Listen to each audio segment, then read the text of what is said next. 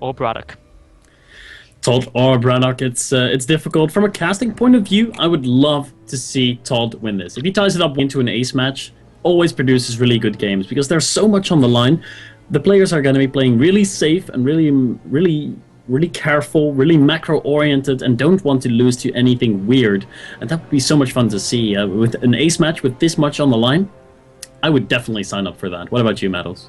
I would totally be up for that, Lurlian. But we have got these two players loaded into the game. In the top right position, we have got the blue Protoss player, the Grandmaster Caster, as lots of people in the chat are saying.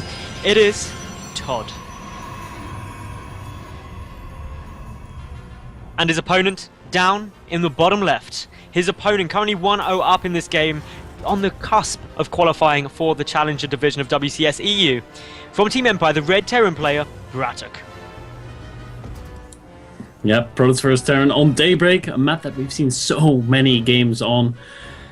So every one of these two players knows where the usual drop patterns are, what the usual strategies are on this map. It's going to be a bit different from Whirlwind, of course. Whirlwind's a bit of a different map layout. Of course, a 4-player spawn map. This is a 2-player spawn map. A danger of proxies does exist on this map.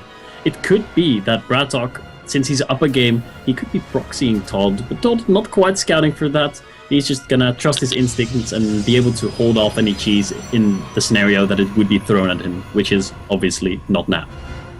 I don't think that after game one you'd be too worried about it either, because let's face it, Lurlian, they were both very passive for most of the early game. A couple of drop attempts went off by Bratok, but they were shut down very effectively by ToD. They both just macroed up, got the upgrades, got the tech down, and I'm expecting to see a relatively similar build this game. It all comes down to what Bratok does now that barracks is finished. Will he grab a second command center? Or, well, almost certainly. And then it's up to ToD. Will he just stay on that one gas, take an early Nexus? Will he get a quick Mothership core out and skip the Stalker, as he did in the first game? So we'll wait to see what these two have got in store for us, of course. This is the qualification spot. Bratok will want to win this game as he chucks down that command center.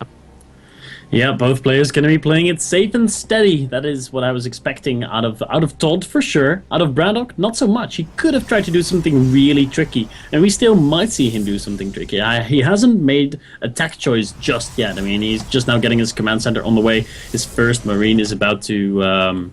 his second Marine is about to pop out on the field. His first Marine is scouting for those proxies so thoroughly. Yep, he is. Is that the right word? Thoroughly is indeed the right word. Well done. Of course, I have no idea what the Dutch word equivalent would be, so I could never get in such a tough position as you did there, but you were indeed correct. Now, we do see that the second and third barracks are being taken here by Bratok. We've got the Mothership core just popping out of the Nexus for ToD, getting that down a little bit later than he did in the previous game, but not massively so I wouldn't worry too much there. Was it later than it was in last game? Actually, may not have been. No, it wouldn't have been later. He skipped the Zealot. No, he skipped the Slaughter still. So no, it was exactly the same time. ToD doing an identical build so far to game one. Yeah, and if this is, in fact, even lower... Yeah, that's going to be a robo there. That probe wanted to drop the robo and he saw the SCV and he was like, nope, I'll wait a few seconds. That was so funny to see. And oh, the SCV might see the robo, and ToD once again goes ahead and cancels the robo from going down, and he had to delay it by about 10 in-game seconds. It's going to be annoying him a little bit, that pesky SCV ruining his timing. That nasty SCV there. But doing a good job for Bratok. Of course, Bratok will be quite happy with that. He's got his tech lab just coming down now. Should be a nice stim timing. All looking fairly fine. We've got Mules getting called down at the natural. The bunker being placed. A really normal win. Of course, in the last series we saw, it was Bratok versus Melee again on this map, where actually Melee went for the proxy robotics facility. So obviously something that I'm surprised that Bratok hasn't been just checking around for those proxies. He is now sending a single SCV down the bottom of the path just to make sure that nothing is proxied down there, no Stargate or anything, because he's yet to see anything significant come out from ToD. ToD playing the exact same build as he did in last game. Robo into a single gateway. The double forge will be going down in just a few minutes. He'll be going probably into Colossi again, or maybe he wants to change things up a little. His build didn't bring him victory in the last game, but that was partly to just, not having the right storms at the right moment. So I think he still has faith in his build. Yeah, he should do. ToD played that really well, just apart from a bad engagement at Braddock's third, which was really the big problem for him. But Now we just see that the Forges are about to get started. ToD doing exactly what he did in the previous game, even getting out those 2 observers, all looking very nice. Meanwhile, we see that for Bratok, he's got Stim about half done, his first engineering bay finishing at the same time as his factory. So +1 infantry weapon should start now. Oh no, not yet. He is selecting it but hasn't started. There we go, now he starts it, and the starport is on its way. So far, identical build orders than last game. ToD doing the exact same, Bratok doing the exact same. Everything is the same. So I'm not too sure what to say about this, really. They're going to go at it with their favorite build, the one that they have the most faith in. And ToD thinks that if he controls things better and does things better than he did in last series, he will be able to take this series. And he's now confirming that his opponent is in fact doing the exact same build that he was doing in last game. His Observer flies over, and seconds later, another Phoenix flies over, and they both die. And that isn't a huge issue, I wouldn't say, at the moment. So now, double upgrades coming down, up against single upgrades. What do you expect ToD is going to do with this robotics bay? Do you think, yet again, it's just going to be 1, maybe 2 Colossi out, and then switch straight into High Templar? Or do you think he's going to commit to a lot more this game? I'm not sure. You're not sure? No. It's so difficult. It's so difficult to say. Deep level analysis there. Of course, it is really tough to say though, because it does come advanced. The advanced analytics from Lurlian there is I don't know, and that's fine. Of course, it could be both. Both are viable strategies, getting out more Colossi. We see that quite a few more gateways are getting added on here from ToD, because he was still on just those 2 warp gates, which you mentioned in game 1 leaves him quite vulnerable to early aggression should it come in. But Bratok taking a 3rd orbit command center now. At the meantime, ToD getting up his Templar archives, ready for 2-2 to begin. Extended thermal lance is coming down, and if I recall correctly, that was that ever researched in game 1? I know it wasn't started straight never away. researched. No, it wasn't. No. So that's the first big difference that we have in this game from last one, as we have the double drops posturing to go in, but ToD has caught wind of this. His Observer is on it, following those medevacs as they are flying around. Are desperately trying to get in that main base, but they're not going to be able to achieve it. Nope. There's a Stim Marine going to run in, and that Marine might be able to see the Colossus. Ooh. Oh well. The scan does. The scan definitely does. The Marine might have caught like a glimpse of the shadow of the Colossus, but wasn't able to see the Colossus itself. So scan goes down, and now Bratok knows what he's facing. Did he see Thermal Lance researching though? No. Thermal Lance is of course being researched at the natural expansion. So he had no idea that this Colossus will have Thermal Lance. That's one of the hard things to try to judge as a Terran player. Is a Protoss player just making a single Colossus or 2 Colossus for early game defense and making me overproduce Vikings? Or is he actually going for Colossus and getting Thermal Lance?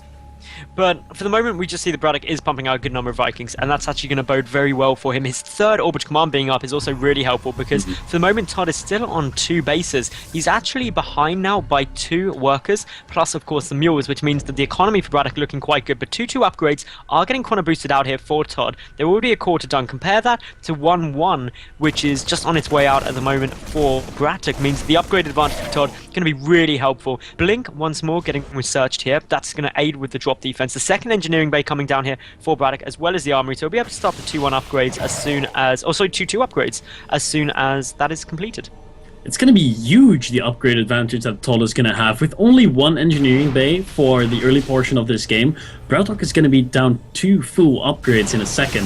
His 2nd engineering bay is very, very late. It's just now. Actually, he's getting an engineering bay and an armory at the same time, so he will be double upgrading in just a minute. But for now, ToD is going to have a huge upgrade advantage, and he is going to hit a 2 base timing here with 3 Colossus and a lot of gateway units with Blink and with +2-2. I think this might be able to break Bratok, especially with those upgrades, man. 3-3 already done.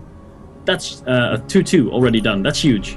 Yeah, 2-2 coming down, up against 1-1. Massive upgrade advantage there. And this is a really nice push. The scan does see a lot of this. And therefore, Bratok is completely aware of what's about to come in. The Viking count singing at 6 up against those 2 Colossi. But Bratok is not feeling comfortable with this. He just floats that 3rd straight away. A couple of SCVs are going to go down, but he's just like, nope, not going to be able to hold this. Just run away. He does want to save the orbital command, so he was moving in, showing his army, like, I'm gonna fight you, to try and scare ToD away a little bit from that orbital command, because losing that would have been bad news. He keeps it alive, and ToD, in reaction to that, is gonna expand to his own third and will chuck down the Templar archives. So he's gonna continue his tech path, get his third base down, and play the macro game from here. He feels that he has done some damage. He's done enough damage to at least, sit back a little bit. I think he's gonna stay around for another 1, maybe 2 minutes trying to deny that third. And that's fine. If you deny that while he's securing up his own third, it's going to be good. We've got the Templar Archives coming down for ToD behind this as well. And what that means is that he is going to be ready for the tech switch, but he's got 3 Colossi out with extended thermal runs, the 3-3 upgrades coming down. He's still got a good period of time, a good 80 seconds in game, where he's going to have the upgrade advantage. Super important there for ToD, and that's what's allowing him to put on this pressure, and Bratok will not want to engage into that army with such a large disadvantage in the upgrades. And with a Chrono Boost, 3-3 is going to be a nice big timing window as well.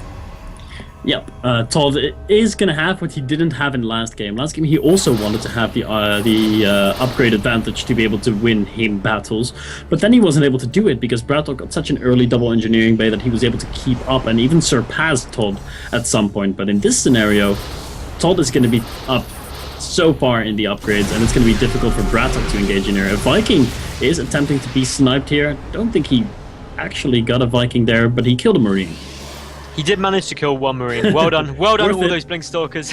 You did a good engagement there. But I love the way the ToD's force fielding off the entrance to the third from the Natural. It just means that this orbital command is having to sit back. Bratok did go to move out there for this round, but then forces himself back. Gets a scan off to make sure there's no observers around. But all in all, ToD secured his third base. Now mass recalling back to it. Happy that he's delayed the third, forced Bratok back economically quite nicely. The supplies very equal, only 7 supply difference between them. Work count-wise, Bratok at 63 SCVs to 52 probes. Nice recap of the situation there, Maddles. And the most important thing, in my opinion, is that you just noted that there's 63 SCVs versus only 52 probes. So ToD was definitely cutting probe production really heavily. I would have expected him to immediately start chrono boosting probes again as soon as he dropped down that third Nexus, but he kept on warping in units to make sure that he would be able to deny the third of Bratok for a little bit more. I assume that Storm has finished up. I haven't actually seen it. No, actually, Storm is not yet done. Uh-oh. That could be problems. It could be problems. Got engagement coming down here. ToD was supply blocked for a while there. 3-3 is not done yet. No, they're so close. This is such a good window of opportunity. 3-3 just kicking in halfway through the fight, but the Colossi already taking down. The Vikings now landing just to help tank up a bit more damage. Bratok is pushing forward. ToD is really on the ropes here. We can see that a lot of these gateway units are starting to fall. The infantry pushing forward with the 3-3 upgrades. ToD would have done so much better in that fight, but now he is well on the retreat. Oh, 3-3 would have made the difference in that fight for sure. Those Colossi lasers doing so much more damage with each shot that could have swung the tide of battle in ToD's favor, but he just engaged a few seconds too early with that army. It was only, what, 5 in-game seconds, I think? Maybe 10 in-game seconds? It was ridiculously close, and ToD just going a fraction of a second too early there. It was very, very lucky for Bratok that those 3-3 weren't in there. Of course, now without Storm, yes, there have been a lot of High Templar warped in, but they're only going to be really useful as Archons, and therefore not as effective as they could be if Storm had already been researched. We do have Charge about to kick in. That's going to really help tank up and contain some of the infantry forces, but Bratok at 175 supply to just 159 of ToD. That is a nice supply advantage. The 4th base also getting secured by the Terran player. Really economically, he's quite nicely ahead, 9 ahead. Those Stalkers blinking forward, trying to take the engage here. Stim is utilised, Lurlian, and the Vikings desperate to take out those Colossi at the back. Uh-oh, but they're not going to be able to. The last Vikings have died. ToD is pushing through this army. His 3-3 is making the difference. 2 Colossi still left alive, doing a lot of laser damage in the back. There come the Zealots to tank some more damage, and 1 Colossus does go down, but Blink forward comes by ToD. Is he going to be able to focus down any manifacts? Yes, he does get 1. Ghost joining up. Very expensive, very precious Ghost. They have to be super careful. They could get focused down by the Stalkers, and they are being focused at just that time. Medevac is going to go down. We'll have to sacrifice that. This Colossus is so important right now. Has to be careful. 3 Marauders there could stim forward and take the Colossus out. This push stands or falls with the life of this Colossus, and it falls. The Colossus is down, but at what cost? The Marauders have committed very heavily to killing that Colossus, and oh my god, this game is so ridiculously close right now. 100 supply for ToD versus 91 of Bratok. Well, that was a really good run by ToD there, taking such a good fight. Of course, behind this is pumping out more Colossi. He is trying to kill off this fourth command center. Unfortunately, no vision up on the high ground there. But if we look at the army supply, ToD is at 50 army supply to 43 of Bratok, and with those Colossi coming over with the warpins, it could be very beneficial. ToD also trying to secure his fourth nexus in the center of the map. He is by no means out of this game yet, Lurlian, and things are getting really tense. Yeah, he definitely got himself back into this game. After that not so optimal engagement in the middle of the map earlier, now having his 3-3 over his opponent's 2-2 made the difference there. But now the upgrade advantage has once again been equalized, so ToD has to be careful not to overextend. He has another Colossus joining up. That Colossus, of course, with thermal lance, with 3-3, is going to do a lot of damage, and he scares his opponent back. The supply is so even. The economy is so close to each other.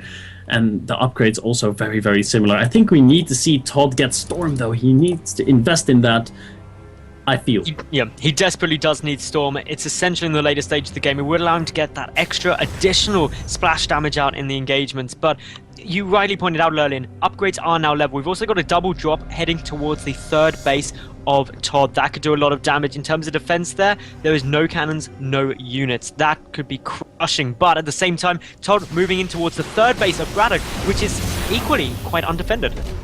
It is quite undefended, and he forces the lift. That is all he really needs to do. If he forces some lost economy by Bratok, he'll be able to pull ahead so far because of that fourth base. But how long is ToD going to have his own third? That's the question, because a lot of Marines and Marauders are coming in here. Zealots being warped in to buy some time, but are they going to be able to buy enough? There's no Mothership Core nearby for a Photon Overcharge, and this Nexus is quite naked. And ToD, he's not going to go back. He's going to go for it. He's going for the attack. May as well. He can't get back there in time. The Mothership Core is not on the field. It has died, and therefore there's no ability to mass recall. It would take ToD such a long time to go back, but also he doesn't want to engage in, and that means that if this fourth Nexus was to fall as well, ToD would be in a disastrous position, but with just enough units is forcing Bratok to lift and try and get out of there. He is getting out of there, going into the main base. Now, ooh, the Stalkers get one of the medevacs. That was actually pretty crucial. Every unit counts right now in such a game where the economy is starting to get a little bit low. ToD on about an even income as his opponent. But Bratok, look at his third base medals. It's about to be mined out. There's only 4 mineral patches left. That's all his income right now. Pretty much. This is really tough now for both players. Even though this SCV advantage is there for Bratok, he just doesn't have anywhere to mine from. And if we take a look at the income, while Bratok is ahead for the moment, it won't be that way for long unless he can keep this central base up. The army supply is in ToD's favour. Some EMPs are starting to go off. The Vikings shredding through those Colossi very quickly. ToD in full retreat at the moment. He can't keep running away though, because the Vikings will start picking off those Colossi very quickly. Another one falls, leaving only 2 left. 1 Colossus remaining. The charge shots trying to engage as best they can. More EMPs are going down. The Archons trying to take out this infantry. ToD is coming off better in this fight though now, and is managing to keep up that Colossus. He needs to take out this fourth base in the center. That is the most important thing. He definitely does. In the meantime, he is being dropped in the main base, but there's a DT to clean that up. There's a DT in the third base that has killed so many SCVs there and forced them to be pulled away. Bratok doesn't have a lot of income left. GG gets called. He had nothing left. 58 supply there in the end. His army got decimated.